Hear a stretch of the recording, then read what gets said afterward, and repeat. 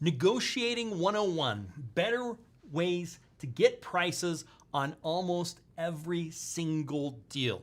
What are we going to be talking about? We're going to talk about the factors that impact negotiating. We're going to go over the benefits of negotiating, and we're going to talk about how to negotiate effectively, different ways you can do that and actually get some results because of that. The market has a big impact on your negotiations, okay? So if it's a seller's market, there are more buyers than there are sellers, right? So more buyers than sellers makes it a seller's market. And in that situation, sellers have the advantage. They just do. You can't change that. The market is what's going to dictate that. Now, in the opposite, which is a buyer's market where there's more sellers than buyers, buyers have the advantage, okay? And so you've got to understand what your leverage is when you go into the negotiation. Whoever wants it more has less leverage. So if you want to sell it more than I want to buy it, then you have less leverage against me. And that's one of the things that's really important. And that's one of the things I always say is be agnostic about the outcome. Like whether it works or whether it doesn't work. One of the mistakes I see is people get too wrapped into having to make that deal work, and you should want to make deals work. But if you're not willing to walk away from it, then you are going to not have the leverage in the negotiations.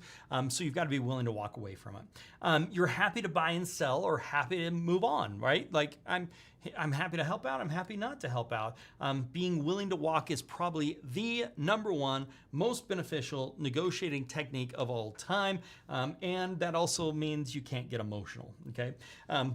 Which, by the way, is one of the reasons why they do the auctions. Not the courthouse auctions or foreclosure auctions, but the private auctions, because you get emotional, you get excited. People usually pay a little more than they normally would if it was in a non-competitive bidding situation. Let's talk about some non-financial benefits that you can actually offer people. Other than money, what can you do for them as a buyer that is going to make their life easier? Well, one thing I can do is I can close really fast. The other thing I can do is I'm all pre-qualified. You don't have to deal with it. I'm not getting a traditional loan. I can have really tight inspections deadlines. So I'm not going to take a month to do an inspection on you. I'll get it done this week. You're already fully approved for financing. So those are some big things. In addition to that, you've got price as a financial benefit. Seller pays closing costs or buyer pays their own closing costs. Hey, I'm paying all my own closing costs, or I'm asking the seller to pay closing costs. So there's also some escalation clauses where you'll say, hey, I'll pay $1,000 more than any other legitimate offer. That's something that's called an escalation clause, which says you'll pay more than other buyers.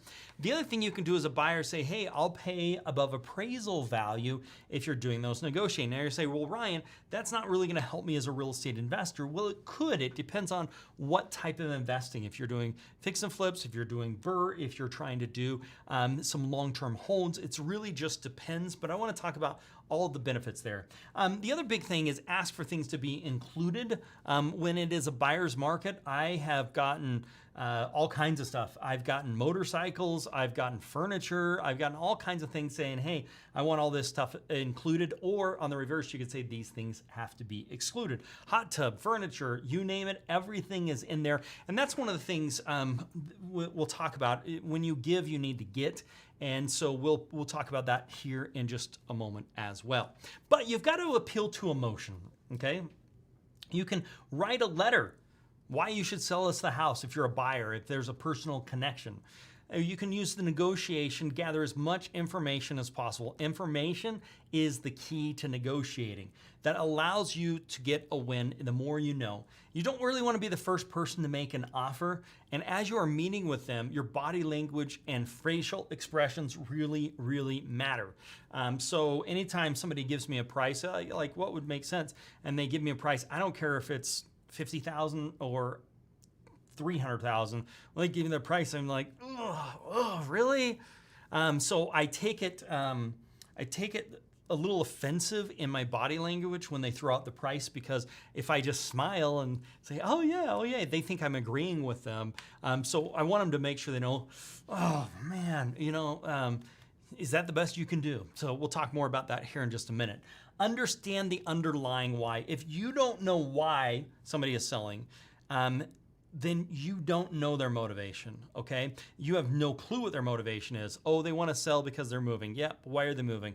Oh, because they want to move somewhere else in town. No, that is not why. There is a specific reason why they're wanting to move that is driving this decision, and you need to understand what that is. And if you haven't gotten to that, you have not peeled the onion back. You have not talked to them enough to understand what their real why is. Because here's the thing, if you understand their real why, then you can help with other things that other people may not even know. So for example, I had a situation where I was gonna buy an RV for somebody if they sold me their house. And so when the transaction happened, I was gonna purchase the RV and they were gonna move all their crap into it and drive away into the sunset. So providing that made it a lot easier for them.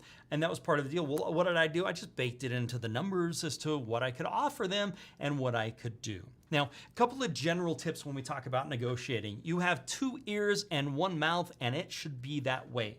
You want to be listening 2 times more than you are talking. So in an hour-long conversation, you want to make sure that they're doing the majority of the talking and you are doing the minority of the talking. When you give something up, you also want to get something in return. We talked about that a little earlier under this general negotiating. The other thing is don't get emotional. Don't know how to say it, but don't get emotional. It's easy to get emotional. Even the best of negotiators get emotional. You don't want to get emotional. Next, ask open-ended questions. If you're asking questions that are yes/no responses, then all you're going to get is yes/no. So you want to be asking open-ended questions so you can see where it goes. And as they answer that question, you can ask follow-up questions to help make sure that you're getting all the information out. You also need to be okay with silence. When you throw something out or when they give you a price and you're like, oh, no, and you don't say anything for a minute and they're worried about it, that's okay. Like silence is okay. They call it a pregnant pause. They call it silence. There's different things depending upon whose formula it is, but don't try and solve the problem for them. One of the things I want to do is make sure they understand their problem, and then I want to help them solve their problem with me being the solution for that. So second negotiation, if you are a buyer, there kind of is this second negotiation. During your due diligence, you can renegotiate, ask for a price reduction, you can cancel the contract, or you can move forward with the contract. So you can also ask the seller to fix some things. Let's fix this, let's fix that. I want to have you do these things before I actually purchase the property. Now, depending upon who's got the negotiating power, where the leverage is, those things are going to be different. Now, let's jump into a recap of what we've been talking about, some things that you've learned today. The market, it has a big impact on negotiation, seller's market versus buyer's market. Negotiating has both non-financial and financial benefits.